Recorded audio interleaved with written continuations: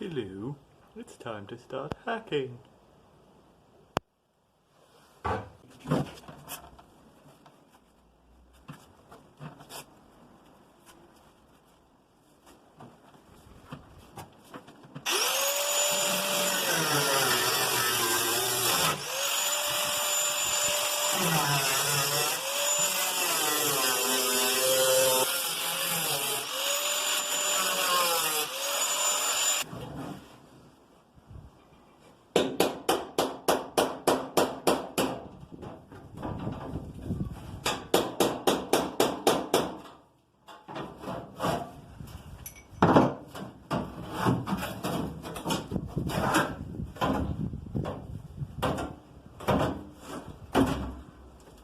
Hey!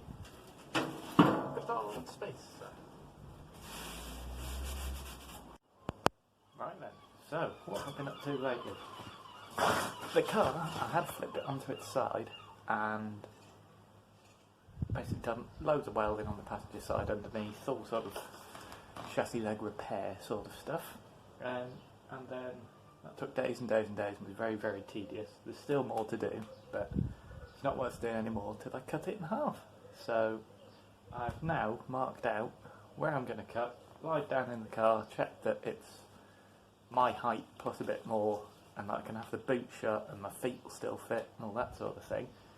So I'm going to show you how I measured out everything, basically, for if you ever want to do this and you also happen to be 5'8" tall. So one thing I've done, as I'm sure you can see, I still need to tidy it up and reinforce it a bit, but the thing that is usually the backrest for the rear seat I've cut out, so that gives you a lot more space to sort of lie down with you and a friend. And what I've also done is this lip here, I've hammered it back because usually it's straight up and that's just painful and gets in the way. And then what I did is I lied down in a position so my feet were at that end and I was lying down along here, and then initially I was going to cut here, which still left a good couple of inches for movement and padding and sort of interior trim and stuff. But then I thought, because this is where the cross member runs under here, I may as well cut right up to where the cross member is, just to give myself the maximum length. Because obviously I'm thinking about the nose weight here as well, because I don't want the nose weight onto the Morris Minor that's going to be towing this to be too hideous, but it should be okay. And then what I did is double check this measurement in terms of the height of me lying down and then a bit of extra wriggle room. And then I went along with a steel ruler and I measured the exact distance to...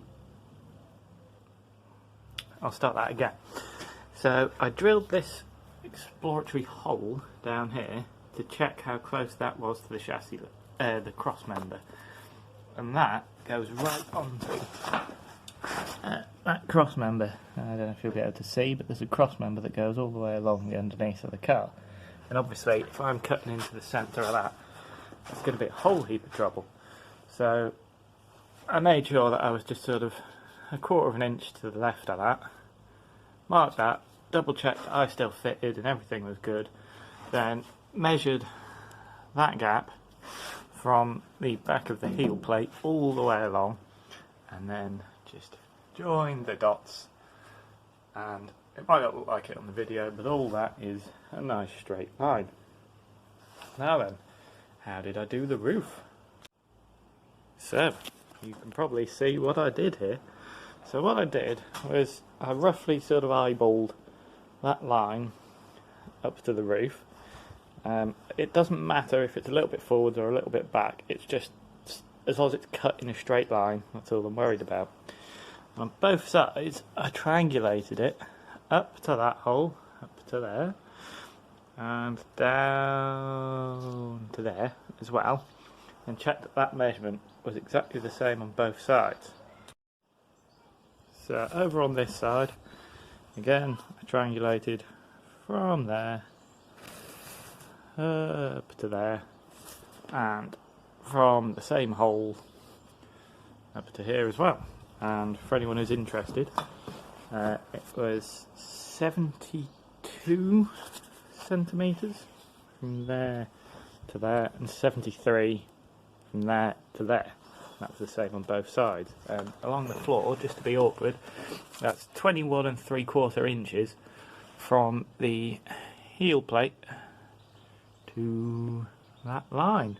And then what I'm going to have to do is I'm going to have to cut the doors down to 16 inches wide to fill up this gap to this sort of level. Then I'll put metal plate to fill in this quarter bit at the top. So before I cut it in half, which I'm going to do in a minute, I just want to reiterate that I do really like these cars, and this car can't ever go back on the road again. So it had no V5, all the chassis numbers, VIN numbers, body numbers had come off it, but I'm perfectly happy that it wasn't stolen or anything like that. It had just been in some front garden and someone had vandalised it over about 30 years. So I'm perfectly happy with this, and trust me, the front half of this car is completely rotten. The chassis legs have been overplated and you can just crunch them in your hands all the way along, which is nice. So I'm happy with what I'm doing here, and all the parts I take off I'll be selling on or giving away to whoever wants them to just sort of help these cars. Another thing I've done, and it's very obvious why, is I've taken the headlining back. There's still a bit of soundproofing up there that I need to just sort of scrape off so when I cut it doesn't set it on fire or anything. It's very, very, very close to the line I've marked. So if we look, there's the line. If you look under there, it just needs peeling back a little bit. Because the headlining is actually in really good condition for the back half, and I would like to reuse that. So I'm going to scrape that bit of soundproofing off and then cut it. Well, that didn't take long, did it? Just realised I don't think I actually explained what I did here. So I marked out that point, and then I'd marked out on both sides. I remember saying I triangulated it, and then I ran a piece of string really taut across to the other line, the other mark on the other side, taped it down so it was really tight, and then I spray painted over it in a dark blue, just spray paint I had knocking about, and that left a really nice clear straight line for me to cut along, which I thought was quite clever of me. Just before I do any cutting, I just want to point out I've got the body resting on 4 tyres that's then got foam mats on top of them, and at the far end of the car, so at the front and back, I've also got a jack to also take up the body when it obviously flexes because I've cut it in half.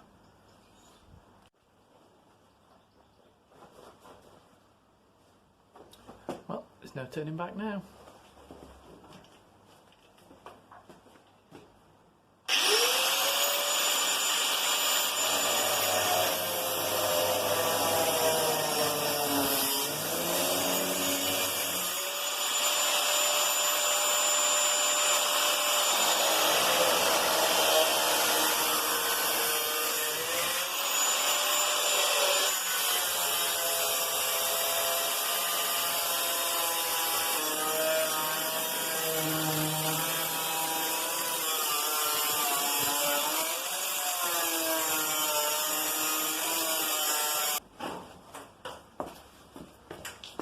That's the roof cut anyway.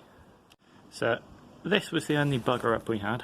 I can weld that in, but other than that, that's a really nice straight line all the way along. Yeah, just a shame about that. Right, now onto the floor.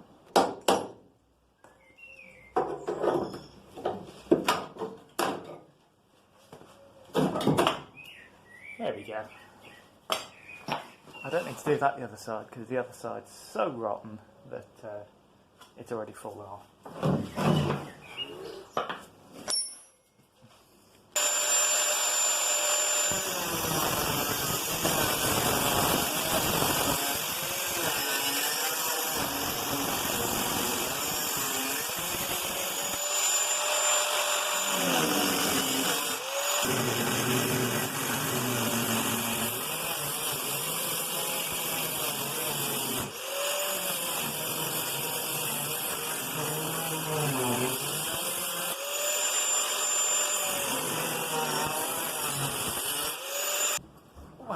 as I'm sure you can see, I've got myself in a bit of a tricky situation here.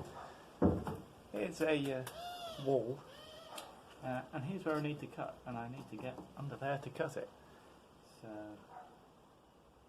this is less than ideal, but luckily I think this side is so rusted that where I'm about to cut it should just come away anyway. And I'm fully aware I'm in the middle of this as I'm cutting it, but I'm so happy with my jacking arrangements that it'll be fine, probably.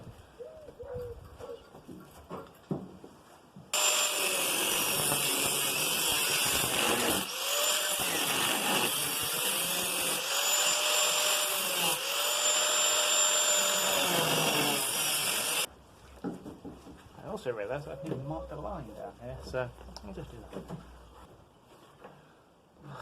What I'll do now.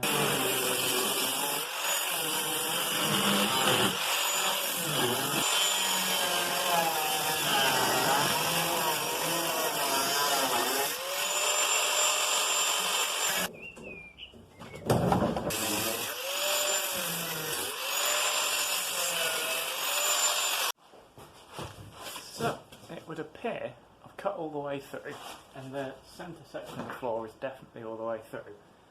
I've missed something here, so I'm going to jack this up nice and hilariously and safely, and cut through and just absolutely double check I've gone through, and then we should be in half. Well, there's your problem. Hey, we're through on this side, Captain. Ta-da! Ooh. Ooh. Magic. Right, so that's it for this one. I've finally cut it in half. Yay! Now the actual work starts.